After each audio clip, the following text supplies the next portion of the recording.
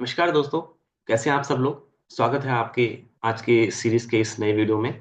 और आज हम जो है आज की सीरीज़ में 2-3 इम्पोर्टेंट सूत्रों के ऊपर बात करेंगे और जानने की कोशिश करेंगे कि योग का जो ये सफ़र है आगे कैसे बढ़ेगा और क्या-क्या चीज़ें हमें जो है योग के रास्ते में देखने को, सुनने को इफ़ेक्टिव मिलती हैं। तो ये जो आपके 2-3 सूत्र हैं ये काफ़ी इम्पोर्टेंट हैं और ये इम्पोर्टेंट इसलिए है क्योंकि हम जो है बात कर रहे हैं योग की, समाधि की, ज्ञान की, ध्यान की।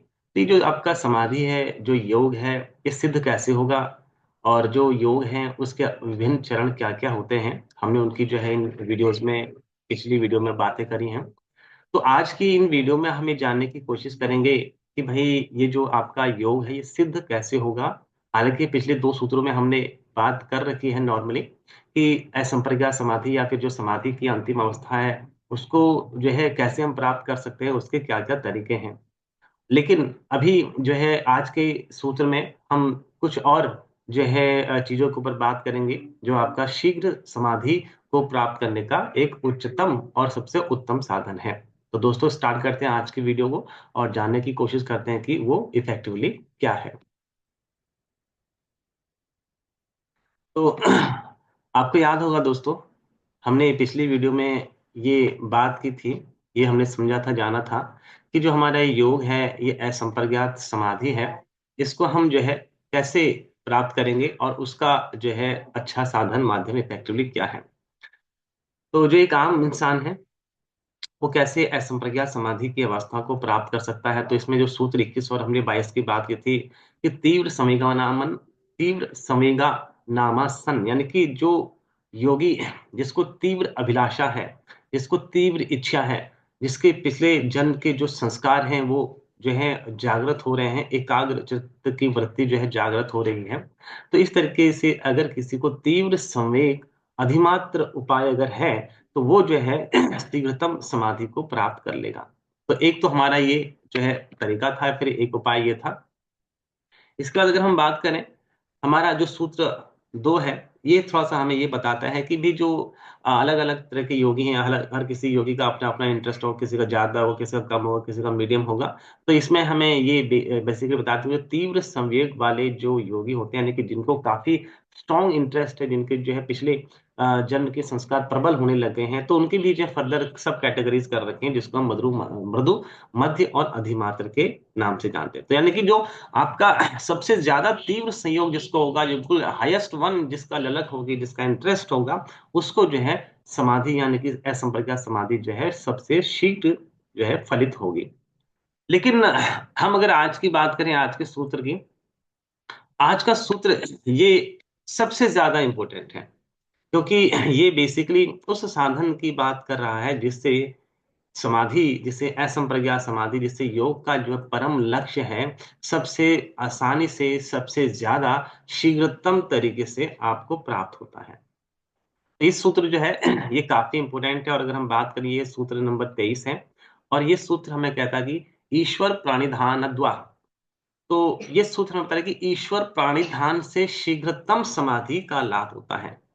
तो अगर आप योग के रास्ते में हैं, योग के जो है पथ पे चल रहे हैं या चलना चाहते हैं, तो थोड़ा बहुत इंटरेस्ट किसी का कम होगा, किसी का ज़्यादा होगा, जिनकी हमने पिछले सूत्रों में बात कर ली। तो जिसका इंटरेस्ट सबसे ज़्यादा तीव्र होगा, सबसे ज़्यादा इंटरेस्ट होगा, ज़ाहिर-सी बात अगर आपको सबसे ज़्यादा या सबसे अच्छी ज़्यादा प्यास लग रही है, तो आप उसकी तरफ भागेंगे।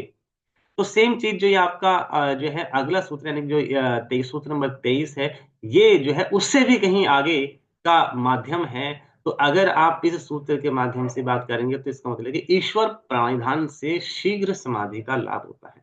तो ये ईश्वर प्राणिधान इफेक्टिवली क्या है? तो जनरली अगर हम ईश्वर प्राणिधान की बात जब करते हैं तो साधन पाठ जो हमारा दूसरा जो है आपका चैप्टर रहेगा योग का, उसमें है इफेक्टिवली इसके ऊपर ज़्यादा बात। तो उसमें ईश्वर प्रावधान का मतलब बेसिकली है कि अपने कर्म, अपने जो आप कोई भी कार्य करते हैं, उसका फल जब ईश्वर को अर्पण करके कार्य करते हैं, तो ये बेसिकली ईश्वर प्रणिधान की जो है व्याख्या है।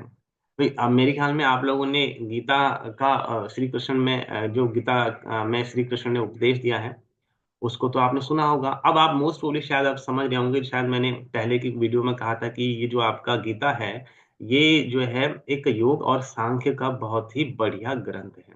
तो उसमें भगवान श्री कृष्ण ने अर्जुन को उपदेश देते हुए कहा था, कर्मण्येवाधिकारस्ते मा फलेषु कदाचन। भाई तुम कर्म करो, फल की इच्छा मत करो।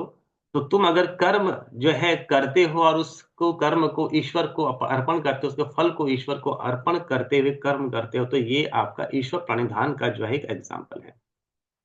तो अगर आप अपने कर्म को, उसके फल को जो है ईश्वर को अर्पण करते हो, अपने कर्म वचन से जो है ईश्वर के प्रति जो है दृढ़ रहते हो, तो ये आपका ईश्वर प्रणिधान। तो इस सूत्र के माध्यम से महर्षि पतंजलि बता रहे हैं कि ईश्वर प्राणिधान से शीघ्र समाधि का लाभ होता है। और सांख्य जो आपका योग है, सांख्य योग में भी काफी हद तक जो गुणों की ही बात की जाती है कि भी एक योगी गुणों में ही गुणों में बरतता है, तो बेसिकली ये जो है आपका सांख्य योग के दर्शन के समरूप भी इफेक्टिवली लगता है। तो जब आप क्या कहते हैं योग की तरफ जाएंगे, तो आप ज़ाहिर-सी बात है ये जानना चाहें कि मुझे शीघ्र समाधि लाभ कैसे होगा? तो हमने पिछले सूत्र में बात की थी कि एक आम आदमी का इंटरेस्ट अकॉर्डिंगली कम ज़्यादा हो सकता है। तो तीव्र संयोग अधिमात्र उपाय वाले को जो है सबसे जल्दी समाधि का लाभ होगा। लेकिन उससे भी जो आपका जल्दी या शीघ्र जो समाधि है, वो जो ईश्वर प्राणिधान के माध्यम से जीवन को जीते हैं, योग की तरफ चलते हैं, तो उनको समाधि का लाभ सबसे अधिक जल्दी होता है। तो ये सूत्र 23 जो है काफ़ी इम्पोर्टेंट है। इसके बाद अगर हम बात करें कि जो हमने बात करी ईश्वर प्राणिधान, तो अपने सारे कर्मों को, अपने सारे फलों को ईश्वर पे अर्पण कर दो, ईश्वर को अर्पण कर दो। तो एक क्वेश्चन है कि ईश्वर कौन है? तो ये जो क्वेश्चन है कि ईश्वर कौन है, तो तभी तो हम किसी को अपना जो है सब कुछ सर्वोच्च जो है सर्वस्व अर्पण कर पाएँगे। तो यहाँ पर सूत्र 24 में महर्षि पतंजलि ने ईश्वर को थोड़ा-सा डिफाइन किया है, ईश्वर की जो है विभूति को बताया गया। तो उन्होंने कहा कि क्लेश कर्म विपाक आशय परामृष्ट पुरुष विशेष ईश्वरः। तो ये कह रहे हैं कि भी जो क्लेश कर्म, कर्मों के फल, वासनाओं से जिसका कोई लेन-देन नहीं है, जो उससे बिल्कुल असंबंध है, उससे कोई उसका संबंध नहीं है, वो जो पुरुष विशेष है, वो आपका चेतन ईश्वर है। तो यहाँ पर ईश्वर ईश्वर कौन है? महर्षि पतंजलि है, जिसका क्लेश से कोई लेना-देना नहीं, कर्मों से कोई लेना-देना नहीं, कर्मों के फल और वासनाओं का उस पर कोई असर नहीं पड़ता है, वो आपका ईश्वर है। अब अगर हम बात करें कि ये क्लेश कर्म क्या, तो अगर हम बात करें क्लेश की, तो क्लेश बेसिकली क्या होते हैं? जो दुःख देते हैं वो क्लेश कहलाते हैं। और जब हम बात करते हैं कि ये क्लेश कितने तरह के होते हैं, तो आप देखेंगे, सुनेंगे कि ये जो क्लेश हैं, ये 5 तरह के एक्चुअली हम सुनते हैं। अविद्या, अस्मिता, राग, द्वेष और अभिनिवेश। यानी कि कुल मिला के जो दुःख देते हैं, उनको हम क्लेश बोलते हैं और ये 5 तरह के होते हैं, जो कि अविद्या, अस्मिता, राग, द्वेष और अभिनिवेश अभिनिवेश जो है आपके 5 प्रकार के होंगे। तो जिसका क्लेशों के साथ कोई संबंध नहीं, यानी कि क्लेश जिसको जो है अफ़ेक्ट नहीं कर पाते हैं, वो जो है आपका ईश्वर है। और इन क्लेशों से जो है विभिन्न प्रकार के कर्म उत्पन्न होते हैं। अगर हम बात करें कर्म 3 तरह के हम देखते हैं, धर्म, अधर्म और मिश्रित। तो वेदों में जो कर्म हमें बताए गए हैं, जो है एक मनुष्य के कल्याणार्थ जो कर्म बताए गए हैं, उनको जो है हम धर्म, और जो निषेध हैं वेदों में, उनको हम अधर्म इफेक्टली बोलते हैं। तो जिसका कर्मों के साथ ही कोई संबंध नहीं है, तीनों काल में, तीनों समय में, पास्ट, प्रेज़ेंट और फ्यूचर में, वो आपका ईश्वर है। और कर्मों के जो फल हैं, ज़ाहिर-सी बात है हम कोई ना कोई कर्म करेंगे तो उसका कोई ना कोई फल तो हमें मिलेगा, अच्छा-बुरा। तो जिसका जो है जिसको जिसके ऊपर कर्मों के फलों का भी कोई जो है इम्पैक्ट नहीं होता, उसके साथ-साथ कोई संबंध, रिलेशन नहीं है, वो आपका ईश्वर है। और जिसका जो है फल वासना, तो ये जो क्लेश कर्म और वासना, जो कर्मों के फल और वासनाएं जिसका तीनों काल में कोई संबंध नहीं है, जो जिसको ये चारों चीजें छू भर नहीं पाती हैं, तो वो विशेष आपका जो है पुरुष कहलाता है, यानी पुरुष ईश्वर कहलाता है। तो यहाँ पर जो आपका है ईश्वर, उसकी एक इम्पोर्टेंट डेफिनेशन महर्षि पतंजलि ने दे रखी है कि ईश्वर कौन है? तो ईश्वर कौन है के लिए बताइए, क्लेश कर्म विपाक आशय परमरष्ट पुरुष विशेष ईश्वर। जिसका क्लेश कर्म और कर्मों के फल और वासनाओं से जिसका कोई रिलेशन नहीं है, या फिर ये चारों उसको जो है छू तक नहीं पाते हैं, तो वो पुरुष विशेष आपका ईश्वर है, चेतन है। तो ये जो आपका ईश्वर है, तो इसका प्राणिधान करना है। तो इसको ही हमें अपने कर्मों के फल अर्पण करने हैं। तो ये जो हमारे सूत्र नंबर 23 में ईश्वर प्राणिधान होगा, यानी कि किसकी प्राणिधान करना है, तो ये जब बता रहा है कि ईश्वर प्राणिधान, तो ईश्वर, किस ईश्वर की हमें भक्ति करनी है, किस ईश्वर का प्राणिधान करना है, तो उस ईश्वर की सूत्र नंबर 24 में हमें जो है प्रॉपर्टीज या विशेषता इफेक्टिवली बताई गई है। तो दोस्तों ये सूत्र 24 और इवन 23 ये दोनों ही इंपॉर्टेंट है, क्योंकि एक में 23 में बताया गया है कि हमें शीघ्र समाधि का लाभ कैसा होता है, हमें अपने सारे कर्मों को, सारे कर्म फलों को जो है ईश्वर के अर्पण कर देना है। तो ये जो है आपका शीघ्रतम समाधि प्राप्त करने का उपाय है। फिर एक हमारे मन में क्वेश्चन आएगा, आखिरकार वो ईश्वर है कौन? तो सूत्र 24 में महर्षि पतंजलि ने जो आपका ईश्वर है उसकी जो है प्रॉपर्टी, उसकी जो है व्याख्या, उसको जो है ऐश्वर्य को बता रखा है कि क्लेश कर्म विपाक आशय परामृष्ट पुरुष विशेष ईश्वर है, जिसका क्लेश कर्म, कर्मों के फल और वासनाओं से तीनों काल में कोई भी रिलेशन नहीं है, या फिर ये तीनों उसको जो है छू नहीं सकते किसी भी काल में, वो आपका ईश्वर है। तो इस ईश्वर की भक्ति, इस ईश्वर के जो है हमें अर्पण होना है, इस ईश्वर को ही अपने सारे कर्मों के फल अर्पण करने हैं। तो इस तरीके से हमें समाधि का शीघ्रतम जो है लाभ इफेक्टिव लो। तो दोस्तों समझ सकते हैं कि आप सूत्र 24 कितना इंपॉर्टेंट है। इसके बाद अगर हम बात करें कि एक और प्रॉपर्टी है ईश्वर की, बहुत सारी प्रॉपर्टीज हैं, यानी कि बहुत सारे उसकी विशेषताएं हैं, तो उनमें से एक इंपॉर्टेंट विशेषता क्या है, सूत्र नंबर 25 बता रहा है, तत्र निर्तिशयम सर्वज्ञ बीजम। तो जो सर्वज्ञ हो, सर्वव्यापक हो, सदा से हो, अनंत हो, वही ईश्वर है। तो यहाँ पर जो है सूत्र 25 में महर्षि पतंजलि बताने की कोशिश कर रहे हैं कि जो सर्वज्ञ है, जो सब कुछ जानता है, वही ईश्वर है। अब हम अगर बात करें कौन कितना जानता है, मैं थोड़ा बहुत पढ़ा लिखा हूँ, मेरी नॉलेज शायद मेरे के मुकाबले में जो कम पढ़ा लिखा है उसके जो है नॉलेज के मुकाबले मेरी नॉलेज ज्यादा होगी। जो मुझसे ज्यादा पढ़ा लिखा है, जिसका तजर्बा ज्यादा है, उसकी नॉलेज ज्यादा होगी, और जिसका तजर्बा उससे कहीं ज्यादा है, तो इस तरीके से हम ज्ञान की जो है सीमा के हिसाब से कहते हैं कि उसको जो है अधिक ज्ञान है।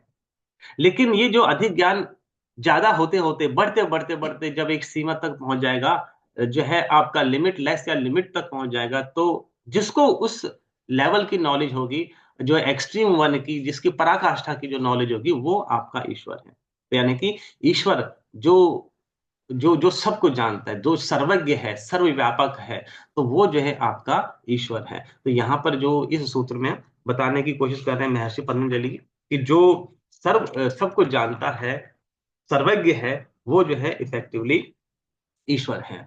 और ईश्वर की एक और प्रॉपर्टी बताते हैं वेदों में, अन्य शास्त्रों में, कि भाई जो इच्छा मात्र से सब कुछ करने की सामर्थ्य रखता है, जो इच्छा मात्र से समाज की या फिर जो है जो जो कल्याण की जो है सामर्थ्य रखता है, वो आपका ईश्वर है। जो सर्वज्ञ है वो ईश्वर, जो अनंत है, जो सदा से है, जो इन सभी जो है आपके ये सभी प्रकार के क्लेश कर्म और कर्मों के फल और वासनाओं से सदा से ही जो है निर्लिप्त है, उनसे कोई उसका संबंध नहीं है, वही ईश्वर है। तो उसी ही ईश्वर की हमें इफेक्टिवली भक्ति करनी है, उसी ही ईश्वर को हमें सारे अपने कर्म इफेक्टिवली अर्पण करने हैं। तो अब आप इस तरीके से जब योग की रास्ते की तरफ जाते हैं, अपने सारे कर्मों को, वाचिक कर्मों को जो है, कायिक कर्मों को, यानी कि सारे कर्मों के फल को जो है ईश्वर को अगर आप अर्पण कर देंगे, तो आपका ईश्वर प्राणिधान है, और इस तरीके से आपको शीघ्रतम समाधि का लाभ होता है। तो दोस्तों सूत्र नंबर 25 जो हमें बता रहा है कि ईश्वर जो है आपका जो है सर्वव्यापक है।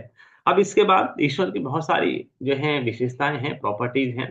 तो जो ईश्वर है, जो धर्म का आधार है, धर्म, वैराग्य, ऐश्वर्य, यश, श्री, प्रभुति और संपत्ति की पराकाष्ठा है, यानी कि न सिर्फ ज्ञान की पराकाष्ठा है, वैभव की, समृद्धि की और वैराग्य की, धर्म की, यश की, श्री की, यानी कि जो भी आपकी लिमिटलेस, जो आपका, जिसको हम जानते हैं कि जिसके पास ये सबसे ज्यादा है, सबसे ज्यादा नॉलेज है, वो लिमिटलेस जो है अथॉरिटी जिसके पास, वो आपका ईश्वर है। तो उसी ही ईश्वर का हमें चिंतन मंथन करना है, उसी ईश्वर के जो है अर्पण हमें सारे अपने कर्म और कर्मों के फल करने हैं। तो जब आप इस तरीके से देखते हैं, तो आपको जो है गीता का वो श्लोक श्री कृष्ण ने जो अर्जुन को उपदेश देते हुए कहा था कि कर्मण्डे वाधिकारस्ते मां फलेषु कदाचन। तो ये बेसिकली कुछ और नहीं, ये योग का ही एक एक्सट्रीम एग्जाम्पल था, जो आपको गीता में देखने सुनने को मिलता है। तो सूत्र नंबर 25 ये जो काफी इंपॉर्टेंट है, जो कि ईश्वर की सर्वज्ञता को इफेक्टिवली बताता है। इसके बाद दोस्तों सूत्र नंबर 26 हमें ये बताता है कि हम सुनते हैं कि भाई ब्रह्मा इस जो है ब्रह्मांड को उत्पन्न करता है, और ज़ाहिर-सी बात है जब ब्रह्मा की बात करते हैं तो सबसे पुरातन यानी कि अगर हम बात करें समय के लिहाज से, समय की सीमा के लिहाज से तो हम जो है ब्रह्मा को ही जो है अनंत जो है मानते हैं और ब्रह्मा को जो है सबसे जो है आदि काल में मानते हैं कि उनका जो उम्र है वो सबसे ज़्यादा होगी हमारे दिन, दुनिया, ब्रह्मांड, संसार में। लेकिन ये जो ईश्वर है ये उस ब्रह्मा का भी गुरु है। क्यों? क्योंकि ब्रह्मा की अगर हम बात करें तो ब्रह्मा भी किसी एक समय में उत्पन्न होता है जिसको हम जो है सृष्टि बोलते हैं और किसी एक समय पे खत्म हो जाता है जिसको हम प्रलय बोलते हैं। तो जब ब्रह्मा का जो है होना सृष्टि है और जो है ब्रह्मा का ना होना यानी कि जो है आपका प्रलय तो इसका मतलब ब्रह्मा भी किसी टाइम पे होते हैं और किसी टाइम पे नहीं होते हैं, लेकिन ईश्वर सदा से ही है और सदा ही रहेगा। तो इसलिए एक तो ईश्वर जो है आपका ब्रह्मा से भी पहले है और ब्रह्मा के बाद भी रहेगा, वो सदा से हैं, सदा भी रहेंगे। तो आदि अंत उनका कोई नहीं है एक्चुअली। तो यहाँ पर जो आपका ईश्वर है, वो इस तरीके से ब्रह्मा आदि के भी जो है आपके गुरु हैं क्योंकि जो आपके ब्रह्मा है वो काल से परिच्छिन्न है, यानी कि काल से बंधे हुए हैं। एक काल में है और एक काल में नहीं है। तो ईश्वर जो है हर काल में उपलब्ध है। तो इस सूत्र 26 में बताता है कि पूर्वेशमपि गुरु कालेनान्वच्छदात् यानी कि जो आपका ईश्वर है, वो जो है आपके ब्रह्मा आदि जो हैं, जो समय-समय पर उत्पन्न होते हैं, उनका भी गुरु हैं। क्योंकि ब्रह्मा आदि काल से बंधे हुए हैं, वो किसी काल में होते हैं और किसी काल में नहीं होते हैं। जबकि गुरु यानी कि आपका ईश्वर, वो हर काल में सदा से ही विद्यमान रहते हैं। तो इसलिए वो जो ईश्वर हैं, वो इन ब्रह्मा आदि का भी गुरु इफेक्टिवली कहलाता है। तो दोस्तों ये जो आपका सूत्र 26 है, हमें ईश्वर को ही ब्रह्मा आदि का गुरु बताता है। तो आज की जो सूत्र हैं, ये काफ़ी इम्पोर्टेंट है, जिनमें हमने बात की कि भी आखिरकार जो शीघ्रतम समाधि का माध्यम है, वो क्या है? पिछले के 2 सूत्रों के बारे में हमने बात की थी, लेकिन उनसे भी जो है आगे जो है अगर शीघ्र हमें समाधि प्राप्त करनी है, तो उसका एकमात्र साधन है ईश्वर प्रणिधान द्वारा। और ईश्वर प्रणिधान का मतलब हमें अपने सारे कर्म, कर्मों के फल जो है ईश्वर को अर्पण कर देने हैं। फिर हमने सोचा या हमारे मन में क्वेश्चन है कि ईश्वर कौन है?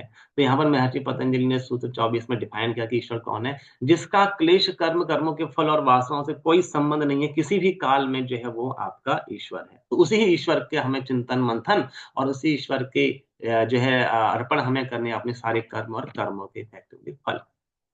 फिर ईश्वर कौन और उसकी कुछ और जो है विभूतियाँ। ईश्वर जो सर्वज्ञ हो, सर्वज्ञ यानी कि जिसको सब चीज़ का ज्ञान हो। मुझे ज्ञान है, ठीक है, मेरे मुकाबले में किसी को ज़्यादा हो सकता है, किसी के मुकाबले में ज़्यादा। तो ज़्यादा होते-होते जब एंड और लिमिटलेस हो जाए तो ये आपका जिसको होगा वही सर्वज्ञ कहलाएगा। तो ये जो है ईश्वर की दूसरी इम्पोर्टेंट प्रॉपर्टीज़। तो ईश्वर सर्वज्ञ है। इसके बाद जो बाकी ईश्वर की विभूतियाँ हैं कि धर्म, वैराग्य, ऐश्वर्य, यश, श्री, प्रभुति और संपत्ति की जो पराकाष्ठा है, वो भी ईश्वर की ही जो है विभूतियाँ हैं।